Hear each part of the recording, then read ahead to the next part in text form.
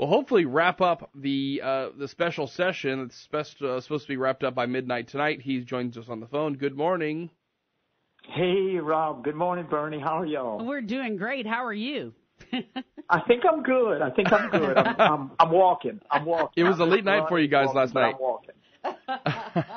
Yeah, we finished late last night. We did. So what was this weekend like? And give us an idea of what's included in this Senate version of this budget bill.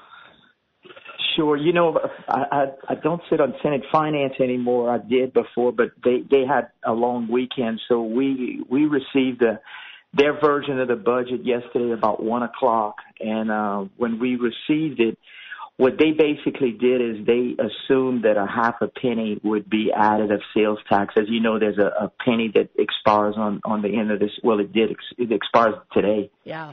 And no, I'm sorry. It expires at July the end 1st. of this month. Yeah. Yeah, July 1st. I'm lost. I'm sorry. Hey, we understand.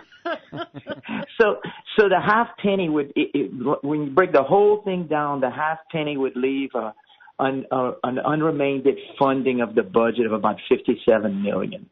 So I kind of did me a little spreadsheet this morning to tell you if the House would agree to half a penny of sales tax, you'd have a budget shortfall of about $57 million. If they go back to a third of a penny, you'd have a budget shortfall of about $313 million. And if no revenue would be raised at all, additional revenue, you'd have a budget shortfall of about $648 million. So when you take those three combinations, I think that's what the whole day is going to boil down to. Will the House accept the version of the Senate's budget and the revenue source?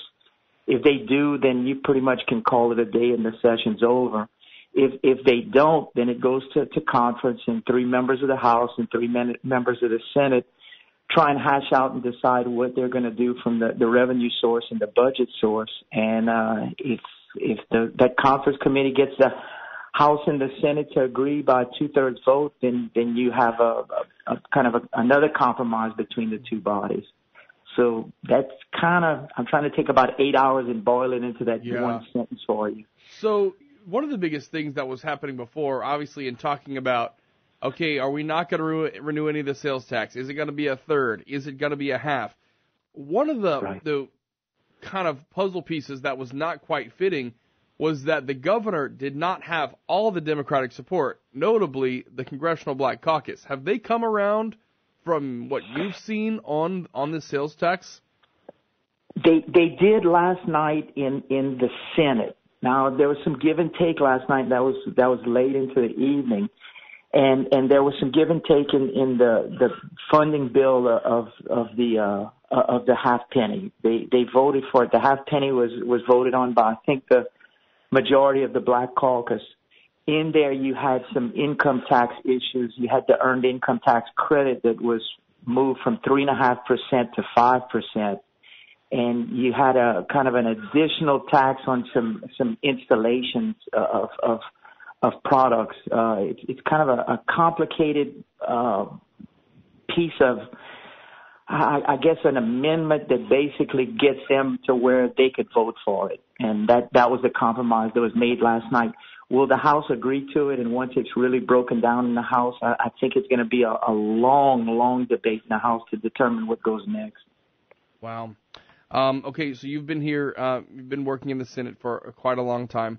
Legislature as a whole. Yeah, the whole body. Is there anything in this deal that would indicate we don't have the same exact conversation next year? Because I think that's what a lot of people keep having the same question. Well, even if we make these concessions now, does it safeguard us? We keep hearing about one-time money. We keep hearing about contracts. Is any headway being made on those problems so that we're not faced with this next year? That's an excellent question. I think the public-private partnership with the hospitals, I think that could be ongoing for the next few years. Mm-hmm. The biggest issue I think that has to be resolved, and I'm happy to come on the show another time and talk more about it, is the 5 managed care organizations that manage Medicaid. I will tell you, that has to be completely, I feel, redone on the contract negotiation piece, which is in about 2.5 years.